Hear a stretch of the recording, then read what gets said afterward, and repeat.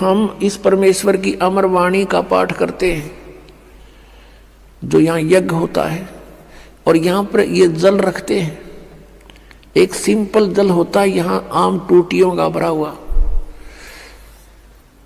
और इसको फिर परमात्मा की वाणी इसके ऊपर चलती है, मंत्र करते हैं, ये वाणी चलती है, मंत्र हैं भगवान के, ये सत्संग होता है, ये सब उसके ऊपर उस जल को अमृत बना देते हैं। गंगा से भी उत्तम बन जाता है वो। गंगा तो एक जल का काम करता है और वो एक बहुत प्रबल अमृत बन जाता है, और उसको कितने दिन तक रखिए आप, कभी खराब नहीं होता। हमारे पास रखा है सन 1996 का, 1996 का ये अमृत रखा हुआ आज तक एक बोतल में, और एज इट इज है। तो जिस परमात्मा की चर्चा करने मात्र से जल भी अमृत बन जाता है, तो पुण्यात्माओं, जो सत्संग हम करते हैं, परमात्मा की महिमा सुनाते हैं, अमृतवाणी बोलकर सुनाते हैं, इससे पशु पक्षियों पर भी प्रभाव पड़ता है, चींटियों पर भी प्रभाव पड़ता है, पौधों पर, वृक्षों पर भी प्रभाव पड़ता है, और इनको भी बहुत कुछ शक्ति प्राप्त होती है, और समय आने पर इनको ये काम देगी, इनको लाभ देगी। तो उस सतलोक के अंदर कोई पदार्थ खराब नहीं होता, सड़ता नहीं, गलता नहीं, और सदाबहार वृक्ष हैं, सूखते नहीं, और वहाँ कोई काम नहीं। परमात्मा की याद में आत्मा भीगी रहती है, मस्त रहती है, बहुत आनंद रहता है, चर्चा चलती है, ऐसे मंडलियाँ बैठकर बतलाती हैं, और नीचे के दुखों को देखकर आंखों में आंसू आते हैं कि कैसे रजा हुई परमात्मा, हम कैसे निकला इस गंदते हैं। वहाँ जाकर जब नीचे को देखते हो ना, इसमें सड़ांध आती है, इस 21 ब्रह्मांड में तो सड़ांध बुदबू दुर्गंध आती है। गरीबदास साहिब जी ने लिखा है कि लख योजन तक जात है या दुनिया की गंध दुर्गंध।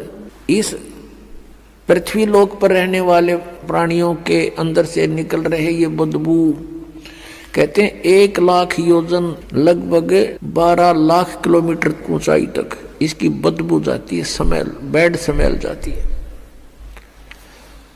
तो पुण्यात्माओं, इस प्रकार की विवेचन से आपका मन परमात्मा की तरफ आकर्षित होगा, और यहाँ से चलने की तैयारी करोगे। अन्यथा हम इसी व्यवस्था को फाइनल मान चुके हैं, मृत्यु तो होनी ही है, लेकिन मृत्यु से पहले बच्चों का विवाह हो जावे, और इनको भी भगवान संतान दे दे, इनका रोजगार ठीक हो जाए, फिर हम बेशक मर जावे। हमने इतना फाइनल कर रखा, बस ये हमारी फाइनल सोच है। अब कारण क्या है कि विकल्प नहीं था हमारे पास कोई भी। अब परमात्मा ने आकर दया करी अपने बच्चों पर, वो खजाना खोल दिया जो 600 वर्ष पहले परमात्मा ने कहा था, धर्मदास मैं आपको ये सारा ज्ञान बताऊंगा, लेकिन इस तत्व ज्ञान को अभी सार्वजनिक मत करना है। धर्मदास मेरी लाख दुहाई, ये सार नाम की तबार ना जाई, सार नाम बार जो पढ़ी, बिचली पीढ़ी हंस नहीं तरही। फिर कहा है कि धर्मदास मोरी लाख दुहाई, ये मूल ज्ञान कई बार न जाई, मूल ज्ञान बार जो पढ़ी, बिचली पीढ़ी हंस नहीं तरही। मूल ज्ञान को तब तक छुपाई जब तक ये 12 पंथ मिट जाई। अपनात्माओं, उस परमेश्वर ने आकर स्वयं ही हमारी सुध ली, अपनी जानकारी आप बताई आकर के। अपनात्माओं, अभी तक किसी भी संत या ऋषि महर्षि का विधान या उनका अनुभव देख लो, सुन लो, पढ़ लो, सभी ने यही कहा कि परमात्मा निराकार है। चाहे कोई विष्णु जी का पुजारी है और सामने मूर्ति रखी है भगवान की, उसको भी कहते हैं क्या मेडिटेशन करता, तो उसका ध्यान लगाता हूं। आपको कोई दिखाई दिया कि नहीं? परमात्मा का प्रकाश दिखाई देता, भगवान दिखाई नहीं देता। कैसा है भगवान? वो तो निराकार है। तो विष्णु जी क्या है आपका? विष्णु जी क्या है, ये निराकार है, साकार, और फिर भगवान कौन है। यदि आप जी का इष्ट श्री विष्णु जी है और फिर आप मेडिटेशन में ढूंढ किसको रहे हो, कहते निराकार है वो, तो फिर विष्णु जी क्या है। इसको कहते हैं मोती मुक्ता दर्शत नाही, ये जगह सब अंदरे, और दिखत के तय नैन चश्मिन का फेरा मोतिया बंदरे। कि हम इस परमेश्वर की अमर वाणी का पाठ करते हैं, जो यहाँ यज्ञ होता है, और यहाँ पर ये जल रखते हैं। एक सिंपल जल होता है यहाँ आम टूटियों का भरा हुआ,